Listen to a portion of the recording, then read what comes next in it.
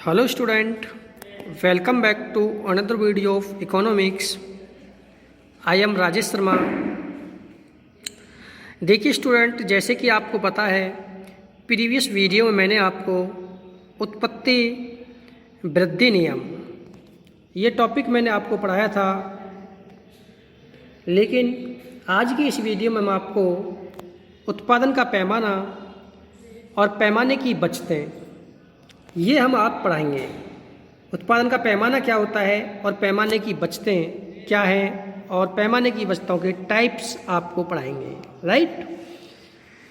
देखिए, जैसे कि आपको पता है स्टूडेंट्स, ये टॉपिक आपकी जो अभिनव प्रकाशन की बुक है इकोनॉमिक्स की, वो पेज नंबर 126 पर है और क्लास 12th यूपी बोर्ड के जो स्टूडेंट्स हैं उन स्टूडेंट्स के लिए ये वीडियो है। तो चलते हैं, देखो टॉपिक पर, उत्पादन का पैमाना होता क्या है। देखिए स्टूडेंट, उत्पादन का पैमाना हमें यह बताता है कि जब हम किसी भी बिजनेस में, किसी भी व्यापार में प्रोडक्शन करते हैं तो उस प्रोडक्शन की जो एक इकाई है उसका आकार क्या होता है या आकार से होता है, ठीक है। ओके स्टूडेंट, यानी कि जब हम किसी भी बिजनेस में कोई भी प्रोडक्शन करते हैं और उस प्रोडक्शन करने वाली इकाइयों के आकार से होता है, राइट। आपने देखा होगा स्टूडेंट, जो छोटे व्यापार होते हैं, छोटे व्यापार में जो भी हम उत्पादन के साधनों का प्रयोग करते हैं वो कम मात्रा में करते हैं, ठीक है। जैसे स्टूडेंट्स, उत्पादन के साधन होते हैं किसी भी उसमें, सपोज करो श्रम। श्रम क्या है? उत्पादन का साधन है। पूंजी, पूंजी भी उत्पादन का साधन है। और अन्य साधन, श्रम और पूंजी हो गया। अन्य साधन भी होते हैं जैसे भूमि, प्लांट, राइट, मशीन, ये आपके अन्य साधन हो गए। तो जो भी हमारे उत्पादन के साधन होते हैं, उत्पादनों के साधनों से हम जो उत्पादन करते हैं, जो उसकी उत्पादन की इकाइयाँ होती हैं उसके आकार से होता है। उत्पादन का जो पैमाना होता है या उत्पादन के पैमाने का तात्पर्य उत्पादन करने वाली इकाई के आकार से होता है, राइट। अब क्या होता है कि जो छोटे पैमाने के उत्पादन होते हैं, छोटे पैमाने के जो उत्पादन होते हैं, छोटे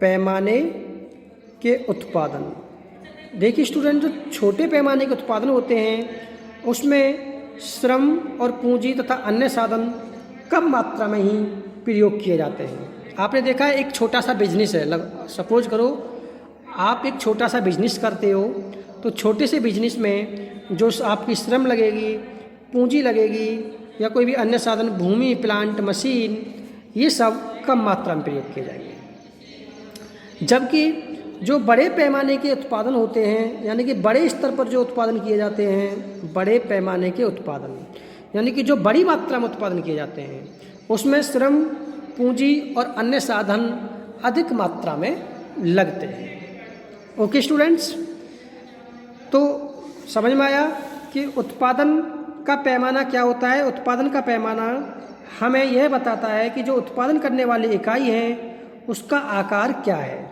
या उसके आकार से लगाया जाता है। ओके, अब देखिए स्टूडेंट, जो बड़े पैमाने के उत्पादन होते हैं, बड़े पैमाने के उत्पादन में हम श्रम का विभाजन भी करते हैं। श्रम का विभाजन किया जाता है। श्रम का विभाजन मतलब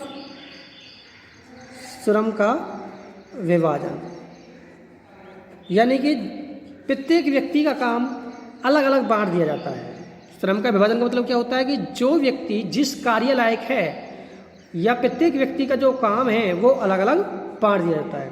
जैसे आपने देखा होगा, एक सैमसंग कंपनी है, तो सैमसंग कंपनी बड़े पैमाने पर उत्पादन करती है, बड़ी मात्रा में उत्पादन करती है, तो वहाँ पर क्या होता है, अधिक मात्रा में श्रम और पूंजी लगी होती है, अन्य साधन जैसे भूमि, प्लांट, मशीन ये लगे होते हैं। तो वहाँ पर जो श्रम का विभाजन किया जाता है, यानी कि प्रत्येक डिपार्टमेंट अलग अलग बनाया जाता है। जैसे कि ये रेफ्रिजरेटर का डिपार्टमेंट है, ये आपका एलईडी का डिपार्टमेंट है, मोबाइल फ़ोन का डिपार्टमेंट। तो प्रत्येक उत्पादन के लिए उसका श्रम का विभाजन किया जाता है। ओके। और बड़ी मात्रा में उत्पादन किया जाता है, बड़े पैमाने पर श्रम का विभाजन किया जाता है, वैज्ञानिक प्रबंध किया जाता है और विशिष्टीकरण किया जाता है, यानी कि स्पेशलाइजेशन, जिस व्यक्ति का जो काम है उसे वही दिया जाता है। ओके। एक बार और मैं आपको बता देता हूँ उत्पादन का पैमाना क्या होता है।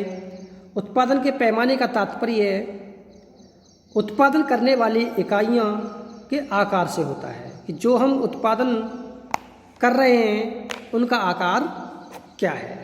ओके। अब बात आती है पैमाने की बचतें।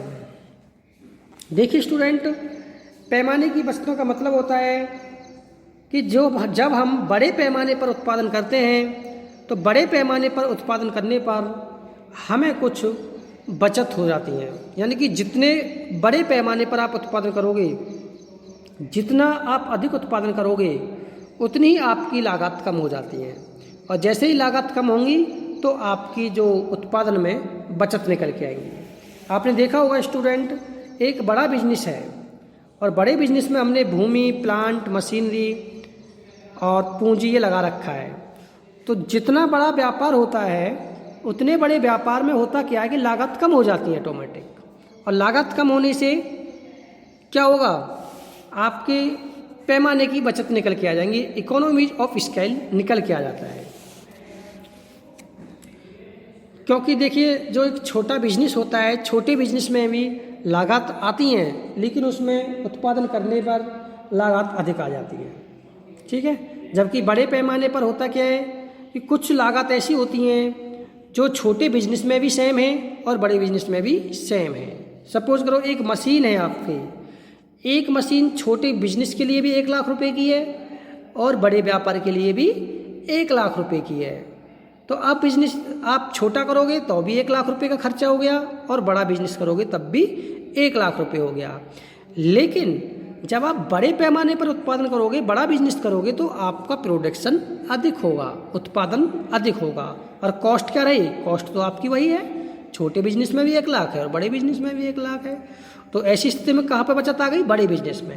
क्योंकि बड़े बिजनेस में हम प्रोडक्शन ज़्यादा करेंगे, सेल ज़्यादा करेंगे, प्रॉफिट ज़्यादा होगा, लेकिन हमारी कॉस्ट वही रहेगी। तो कुछ कॉस्ट ऐसी होती हैं स्टूडेंट्स जो छोटे लेवल के बिजनेस पर भी वही होती है और बड़े लेवल के बिजनेस पर भी वही होती है। इसलिए हमें बड़े पैमाने का उत्पादन करना चाहिए और बड़े पैमाने के उत्पादन में ही हमारी पैमाने की बचतें निकल के आती हैं। लेकिन छोटे पैमाने की बचतों में क्या होता है, छोटे पैमाने की बचतों में बचत नहीं हो पाती है, वहाँ पर जो कॉस्ट है वो अधिक होती है और आपका प्रोडक्शन कम होता है। ओके। अब देखिए students, economy of scales 2 types के होते हैं, इंटरनल इकोनॉमी और एक्सटर्नल इकोनॉमी, आंतरिक बचतें और बाह्य बचतें। अब देखिए स्टूडेंट, आंतरिक बचतें क्या होती हैं, इंटरनल इकोनॉमीज। आंतरिक बचतें वे बचतें होती हैं जो फर्म की आंतरिक व्यवस्था के कारण, फर्म की आंतरिक प्रबंध कुशलता के कारण या फर्म की आंतरिक टेक्निकल ज्ञान के कारण हमें जो बचतें होती हैं उसे हम आंतरिक बचतें कहते हैं। आपने देखा होगा कभी कभी क्या होता है स्टूडेंट्स कि जो फर्म होती है उस फर्म में इंटरनल मैनेजमेंट होता है, यानी कि एक कंपनी के अंदर अच्छा मैनेजर होता है, उसमें अच्छी नॉलेज है, अच्छी कार्यकुशलता है, तो वो अपनी नॉलेज के कारण या अच्छी कार्यकुशलता के कारण वह कुछ बचतें कर लेता है, अपने प्रोडक्शन को बढ़ा लेता है, उसकी प्लानिंग, उसकी पॉलिसी इस प्रकार की होती हैं जिससे उसका उत्पादन अधिक होता है और अपनी बचतों को बढ़ा लेता है, तो वो इंटरनल इकोनॉमीज कहलाती है। राइट। ऐसी स्थिति में उत्पादन लागत को वो कम कर लेता है या कॉस्ट को कम कर लेता है। देखिए स्टूडेंट, ये फैक्ट भी है कि जिस बिजनेस में अच्छा मैनेजमेंट होगा, अच्छी प्लानिंग होंगी, अच्छी आंतरिक व्यवस्थाएं होंगी, उस बिजनेस में आंतरिक बचतें होती हैं। ठीक है। अब देखो एक्सटर्नल इकोनॉमीज क्या होती हैं, बाह्य बचतें क्या होती हैं। एक्सटर्नल इकोनॉमीज वो इकोनॉमीज होती हैं जिसमें फर्म से बाहर की जो बचतें होती हैं वो एक्सटर्नल इकोनॉमीज कहलाती हैं। जैसे फॉर एग्जांपल आज हमने कहीं किसी गांव में एक बैंक की स्थापना की, एक बैंक की शाखा वहाँ पर डाली, जैसे SBI या HDFC बैंक, किसी भी बैंक की हमने एक ब्रांच किसी गांव में डाली।